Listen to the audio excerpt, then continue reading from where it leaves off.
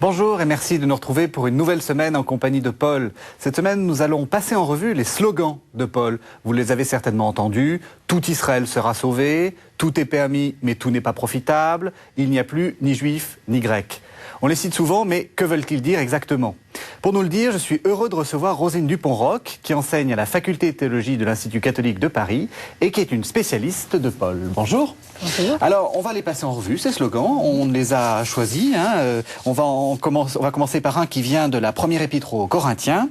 Nous prêchons un Messie crucifié, scandale pour les Juifs, folie pour les Grecs. Alors, qu'est-ce qu'il faut comprendre de ça? D'abord, dans quel contexte il le dit? Paul s'adresse aux Corinthiens et il essaye de remettre, comme toujours, il remet les pendules à l'heure. Donc il va s'opposer à la tendance des Corinthiens qui est au fond d'avoir trop bien compris l'évangile de la résurrection. Ils sont trop bons élèves. Ils sont trop bons élèves. Ils sont déjà ressuscités, ils ont l'esprit du Christ et donc ils vivent à leur guise puisqu'ils sont libres, n'importe comment. Évidemment, n'importe comment. Inversement, Paul a certainement le souvenir, et puis il y a d'autres façons de réagir, du monde des Galates, où au contraire, la réception de l'évangile de la liberté était difficile. On cherche des garanties, on veut des sécurités, et on se tournerait volontiers vers le monde juif, qui a des marques dans la chair. Voilà, la circoncision, si on pouvait vérifier qu'on est sauvé. Et Paul va renvoyer ces deux mondes dos à dos. Il va les renvoyer dos à dos. Il dit effectivement le salut proposé par Dieu n'est ni de l'ordre d'une sagesse, d'une philosophie, d'une puissance de réflexion intellectuelle. Donc là, il renvoie les Corinthiens d'un côté. Non, il n'est pas non plus de l'ordre d'une vérification dans les signes et dans la pratique d'un salut acquis. Il est effectivement un salut risqué. Nous prêchons un Messie crucifié. Le Christ que nous attendons, c'est celui qui a rejoint ce que tout le monde exclut et qui est allé, qui s'est laissé au fond mettre à mort et crucifié avec les brigands et les pauvres. Alors, ça c'est l'idée générale, voilà. Le détail. Donc nous prêchons, donc le nous c'est Paul, un Messie crucifié. Alors, le mot Messie, voilà, qu'est-ce qu'il veut dire par là? En hébreu l'équivalent du mot Christ en grec. Quand vous entendez Messie ou Christ, c'est la même chose. Il y a dans le monde juif une attente diffuse qui ressurgissait à certains moments, plus ou moins forte, d'un Messie, c'est-à-dire d'un envoyé de Dieu qui serait celui qui, au fond, préparerait la venue de Dieu lui-même, préparerait le règne. Et un bon nombre de Juifs attendaient ce Messie. Un certain nombre d'entre eux ont reconnu ce Messie dans Jésus crucifié et ressuscité. Et donc Paul est obligé d'annoncer, il annonce ce Christ, mais au Corinthe, il annonce ce Christ crucifié et ressuscité, parce que la crucifixion en soi, ça mène à la mort. Oui. Il n'y a rien d'autre. Mais relevé par Dieu, ressuscité, reconnu comme, au fond, le Fils de Dieu. Et aux Corinthiens qui n'ont entendu que la deuxième partie du message, c'est le ressuscité, vous êtes des fils, vous avez l'esprit, il leur dit non, il est aussi passé par la croix. Donc, le scandale pour les Juifs, c'est le fait que le Messie soit crucifié. Voilà. Et la folie pour les Grecs? C'est le fait qu'il soit passé, c'est aussi le fait que le Messie soit crucifié. Que celui qui est le Fils de Dieu soit mis à mort avec les esclaves, les brigands, les gens que tout le monde méprise. Alors comment, maintenant, il faut l'entendre, cette phrase, actuellement là? Est-ce qu'elle a encore une actualité, comme on dit à la télé? Elle a une actualité. Elle a une actualité. Nous ne sommes plus les Juifs, les Grecs de l'époque, mais elle a une actualité par sa puissance de renversement. Au fond, il s'agit de repousser, de renverser toutes les recherches de garantie de salut. Toutes les volontés de mettre la main sur une certitude. Soit du côté des Grecs par la sagesse, la philosophie, la science, la connaissance, la puissance. Voilà, moi je sais, je suis sauvé, la connaissance même de Dieu. Oui. Soit du côté du scandale pour les Juifs, du côté de la pratique, d'une volonté de marquer dans la vie quotidienne la certitude, la garantie d'un salut. Et nous n'en sommes pas indemnes de ces deux tentations. Et Paul dit non, ni l'un ni l'autre. Il faut maintenir une voie moyenne. Non, il ne faut pas maintenir une voie moyenne. Il y a une autre voie qui est complètement inouïe, qui n'a rien de moyen. Il faut accepter de donner sa vie avec le Christ. Reconnaître le Christ qui a donné sa vie comme le ressuscité. Merci.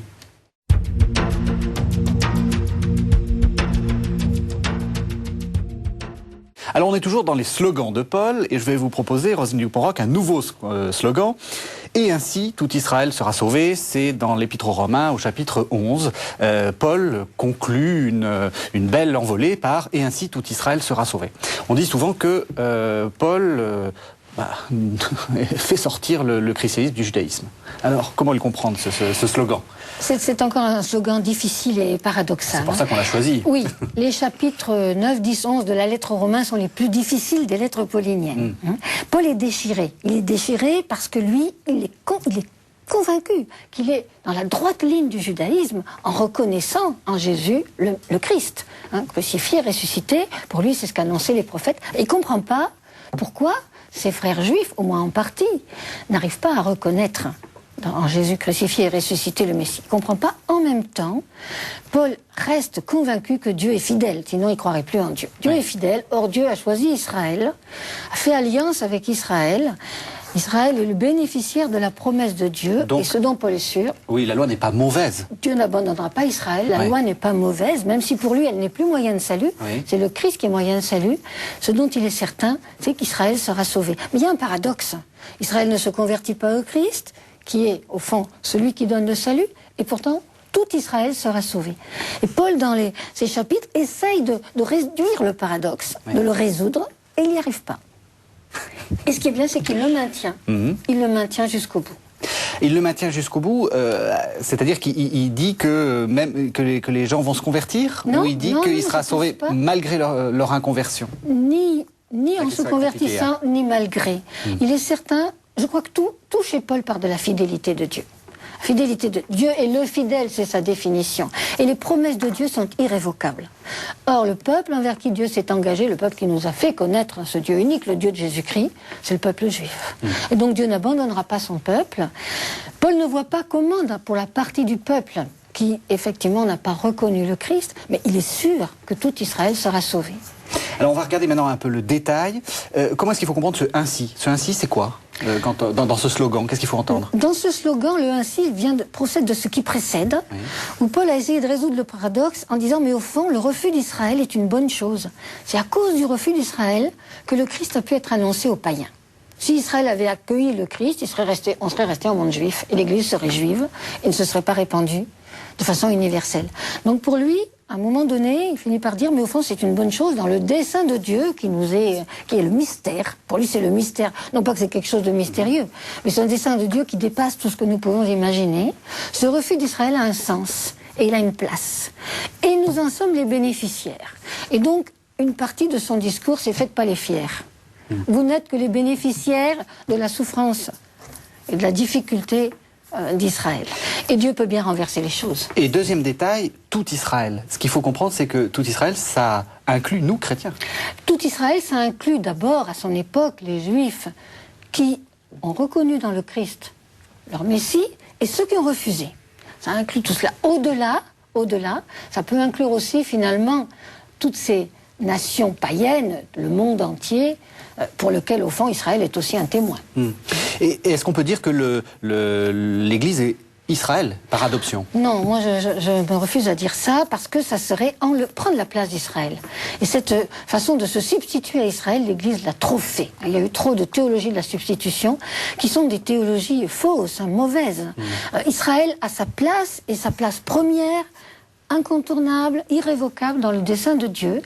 Et l'Église a besoin d'Israël pour se définir et surtout pour ne pas croire qu'elle est tout. Elle a besoin d'Israël justement pour savoir qu'au fond, elle n'est qu'un chemin en route vers un dessein qui la dépasse. Donc quand on lit ce « et ainsi tout Israël sera sauvé », faisant un peu d'actualisation, il faut comprendre ça comme une condamnation extrêmement ferme de tout antisémitisme. De toute façon, Paul ne connaît pas l'antisémitisme. Oui, de tout antijudaïsme. Il est juif. Il peut être sévère à propos du monde juif, mais de toute façon, il n'y a aucun ni antisémitisme, ni antijudaïsme chez Paul, même si ensuite, chez bon nombre de chrétiens, il y aura un antijudaïsme violent. Oui. Mais ce et ainsi tout Israël sera sauvé, ça nous apprend à... Ça nous apprend que Paul reste juif jusqu'au bout et reste persuadé que Dieu sauvera son peuple. Et son peuple, c'est d'abord Israël. Il ne faut pas oublier. Merci.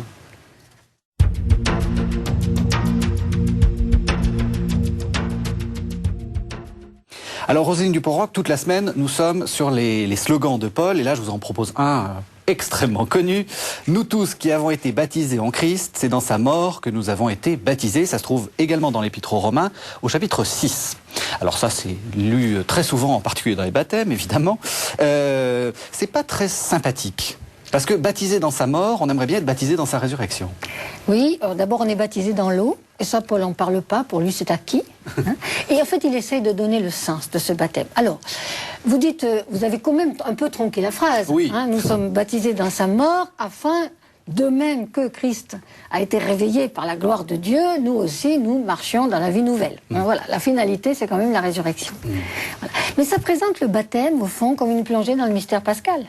Et dans le mystère pascal, dans sa totalité, mort et résurrection. Alors, on va aller dans le détail de la phrase. Nous tous qui avons été baptisés en Christ. Qu'est-ce que c'est qu'être baptisé en Christ? Alors, être baptisé en Christ, baptisé, ça veut d'abord dire plonger. Nous, on pense à plonger dans l'eau, plonger dans le Christ. Plonger dans le Christ, finalement, c'est ça le mystère de la foi. Hein. Dieu nous voit finalement dans le Christ. Il nous voit... jette dans le grand bain. On se jette dans le grand bain, c'est-à-dire on est déjà en marche vers l'homme parfait à l'image de Dieu, qui est le Christ. Donc ça, c'est le fait d'être chrétien, c'est le fait d'être baptisé en Christ. Baptisé en Christ. C'est dans sa mort que nous avons été baptisés. C'est toujours le rappel, et Paul est ferme là-dessus, que nous ne sommes pas directement, nous n'entrons pas directement dans la gloire, dans la vie de Dieu, dans la résurrection.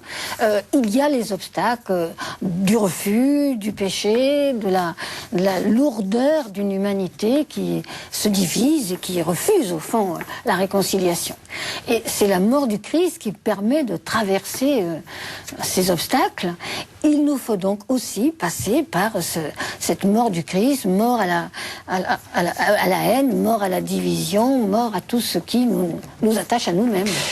C'est un symbole, la mort du Christ, ou c'est quelque chose de réel? C'est d'abord une réalité. Oui. C'est d'abord une réalité. Un fait historique. Oui, oui. Évidemment, pour chaque chrétien, on peut dire que c'est symbolique, mais au sens où le symbole, c'est plus réel que le réel. C'est ce que nous vivons de façon entière, dire à la fois matériellement et spirituellement. Alors j'aimerais qu'on aille un peu plus loin sur cette mort. À quoi nous mourrons? Qu'est-ce que c'est que cette mort? Paul dit un peu plus loin dans le même texte que c'est le vieil homme en nous qui meurt. Cette mort, pour lui, il y a derrière toujours l'image de la création, d'une nouvelle création, d'une nouvelle naissance. Nous mourrons à tout ce qui est en nous, lourdeur, refus de la vie, refus des autres, tout ce qui nous sépare au fond de l'amour de Dieu. Dans l'épître, dans la deuxième épître aux Corinthiens, il dit aussi, vous savez, cette jolie phrase sur l'homme intérieur et l'homme extérieur. Oui. C'est ça, c'est que on part en petits bouts, mais c'est ça cette mort-là. Oui, notre homme extérieur se corrompt. On le voit bien que notre homme extérieur se corrompt. Vous êtes jeune, moi je vieillis, je le vois bien.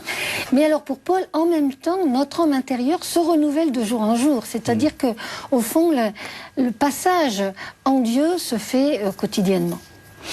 Alors, un peu d'actualisation de la phrase.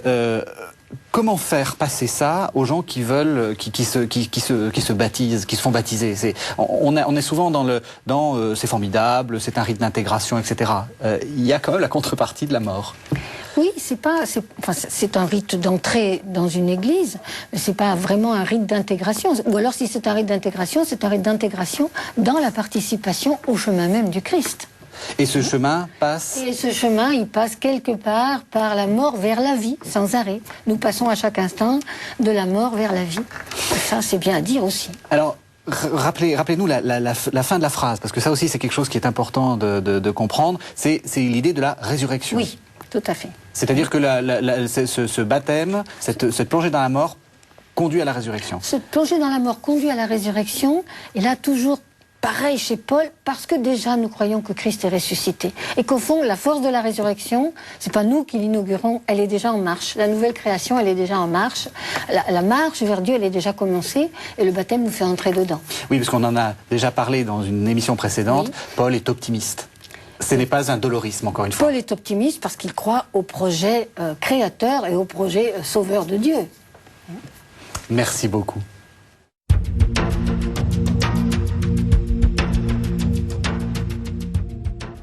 Alors, quatrième 4e slogan de Paul, qui se trouve dans la première épître aux Corinthiens au chapitre 10, et qui en plus, là pour le coup, est un vrai slogan. C'est « Tout est permis, mais tout n'est pas profitable ». Et dans le texte, dans le texte grec, il n'y a pas de point pour marquer la citation, mais on sent bien que c'est un slogan paulinien. Alors qu'est-ce qu'il faut comprendre par « Tout est permis, mais tout n'est pas profitable ». Paul répétait ça tout le temps ? Mais au moins, il le répète 2 fois dans la lettre aux Corinthiens. Alors, est-ce que c'est un slogan paulinien ou est-ce que c'est un slogan des Corinthiens? On ne sait pas. Moi, je crois que les Corinthiens avaient très bien entendu le message de Paul et il se peut que le slogan soit paulinien. Les Corinthiens, ils ont accueilli l'évangile de la liberté à bras ouverts avec enthousiasme. Pourquoi? Parce que c'est une ville, Corinthe, qui a été refondée à peine 100 ans plus tôt, en 44 avant Jésus-Christ, par César, avec une population qui a été attirée là pour fonder la ville. Donc en fait, ce sont des descendants d'anciens esclaves, d'affranchis, d'aventuriers qui viennent se faire une vertu, de commerçants. Et ces gens-là sont en quête de respectabilité, d'identité. Ils sont fascinés par le monde grec, par la philosophie, par la sagesse, par le salut, par la connaissance. Et Paul arrive et leur dit, vous avez tout ça. Vous avez tout ça. Dieu vous a donné la connaissance, le don de la parole. En Jésus-Christ, vous avez tout. Ils ont bondi là-dessus. Ça y est, ils sont libres. Et du coup, ils font n'importe quoi. Alors, dispute. Pourquoi est-ce qu'on peut dire tout est permis? Tout est permis. Parce que nous, dans le christianisme postérieur, on est plutôt dans l'idée, et puis même quand on reçoit de la part de gens non chrétiens un avis sur notre propre religion, on est souvent dans l'idée, oh là là, c'est une religion de la loi, de la fermeté, etc. Rien n'est permis. Non, l'évangile est l'évangile de la liberté. Hein, Paul dit bien, vous êtes appelés à la liberté. Tout est permis parce qu'effectivement, l'évangile nous déplace. Nous ne sommes plus sous la loi. Ce n'est pas la loi qui nous sauve. Et c'est surtout pas l'obéissance réussie ou l'observance réussie de la loi qui va nous sauver.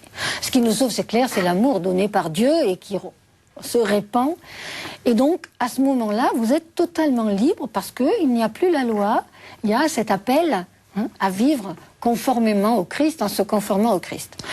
Paul n'est pas fou. Paul n'est pas fou. Aux Galates, il dit, vous êtes appelés à la liberté, et il ajoute avec ce sens du paradoxe qu'il a, mais la liberté pour servir. Mettez-vous au service les uns des autres. Donc c'est ce renversement. Tout est permis, certes, mais tout n'est pas profitable. Alors c'est quoi qui est profitable?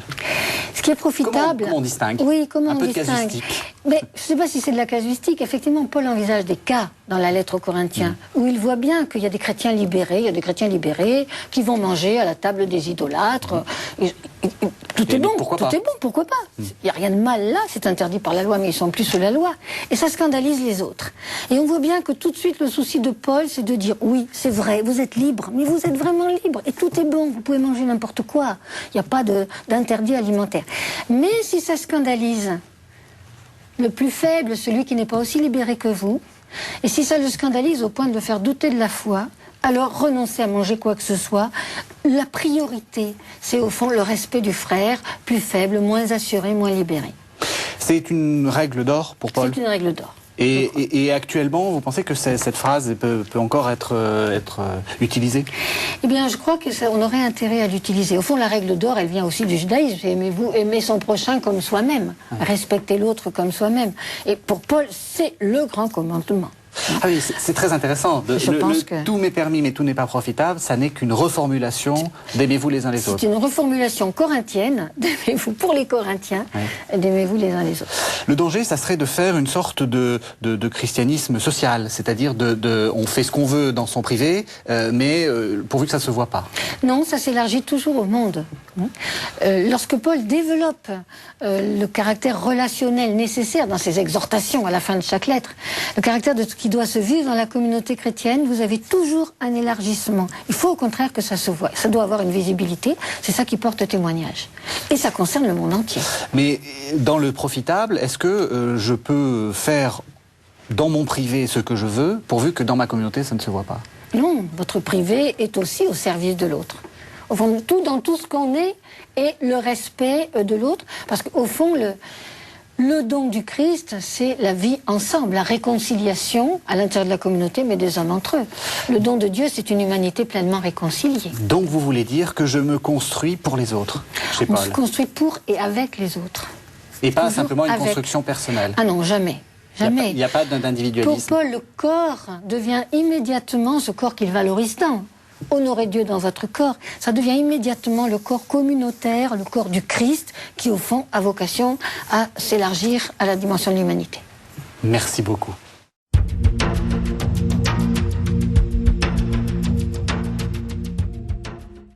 Alors, toute la semaine, on a vu un peu les slogans de Paul et j'ai aimé terminer par le dernier slogan « Il n'y a plus ni juif ni grec » qui est présent dans l'épître aux Galates, au chapitre 3. Alors, comment est-ce qu'il faut comprendre ce « Il n'y a plus ni juif ni grec » Déjà, il faut peut-être rappeler un peu le contexte. C'est un peu compliqué, l'épître aux Galates. Oui, le contexte de la lettre aux Galates est un peu compliqué. En fait, on peut quand même le dire rapidement. Au fond, Paul, chez les Galates, annonce l'Évangile et lutte contre la tentation de vérifier qu'on est bien, qu'on a bien reçu l'Évangile, qu'on est bien sauvé, en revenant à des marques dans la vie quotidienne, par le culte, par la circoncision, par la façon de vivre. Et au fond, Paul s'élève contre cette espèce de confiscation du salut par un petit groupe qui veut, nous sommes sauvés parce que ceci, parce que cela, parce que nous sommes des bons observants, parce que nous avons des rites, parce que... et les autres pas. Et il dit non, ça ne tient pas à ça. Le salut offert en Christ, il est pour tous, quel que soit, sans exigence, sans discrimination, ni d'appartenance religieuse, ni de performance morale. Il y a quand même une ouverture là qui est assez impressionnante et qui nous gêne toujours. On aimerait bien être mieux que les autres. Oui, et se dire, je suis chrétien et donc je suis à peu près assuré de mon salut. Oui, et puis j'ai de bonnes raisons de l'être en plus.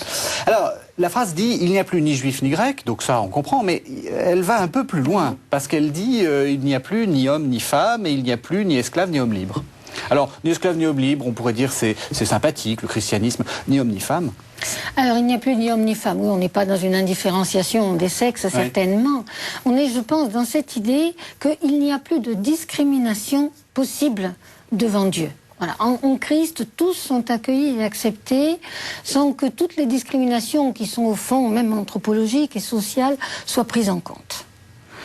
À ce moment-là, chacun est au fond un homme nouveau, accueilli nouvellement par Dieu, et appelé à vivre à la suite du Christ. Alors ça, c'est assez révolutionnaire d'une certaine façon. Enfin, on a l'impression que ça se trouve ni dans l'hellénisme, ni dans la pensée grecque, ni véritablement dans la pensée juive.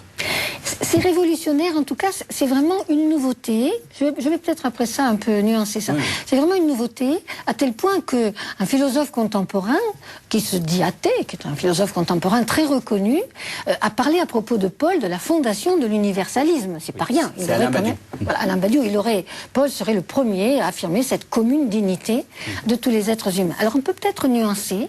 À la même époque, peut-être un tout petit peu plus tard, un Sénèque, alors Sénèque représente le courant stoïcien dans ce qu'il a de meilleur à Rome, un Sénèque répond à son ami Lucilius qui veut punir un esclave en lui rappelant et en martelant, c'est un esclave, certes, mais c'est un homme.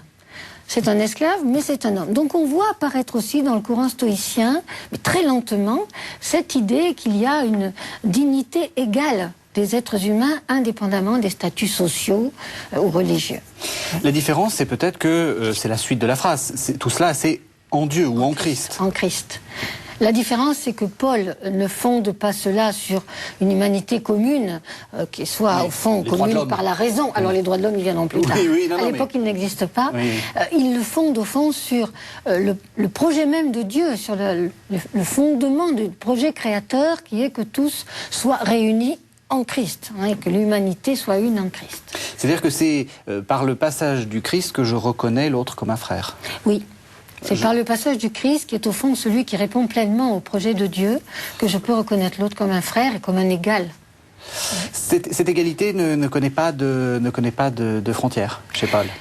Cette égalité ne connaît pas de frontières chez Paul, ce qui n'empêche pas que dans la vie courante, je suppose que Paul sait très bien qu'il y a des esclaves, qu'il y a des hommes libres, qu'il y a des juifs, qu'il y a des grecs, qu'il y a des hommes, qu'il y a des femmes. Mais on voit clairement que des femmes sont responsables dans ces communautés, qu'il accueille judéo-chrétiens, il fait partie des chrétiens qui viennent du judaïsme et pagano-chrétiens, et il y a certainement dans ces communautés, à Corinthe on en a pu faire l'analyse, des esclaves et des hommes libres assez haut placés dans la société. Merci beaucoup.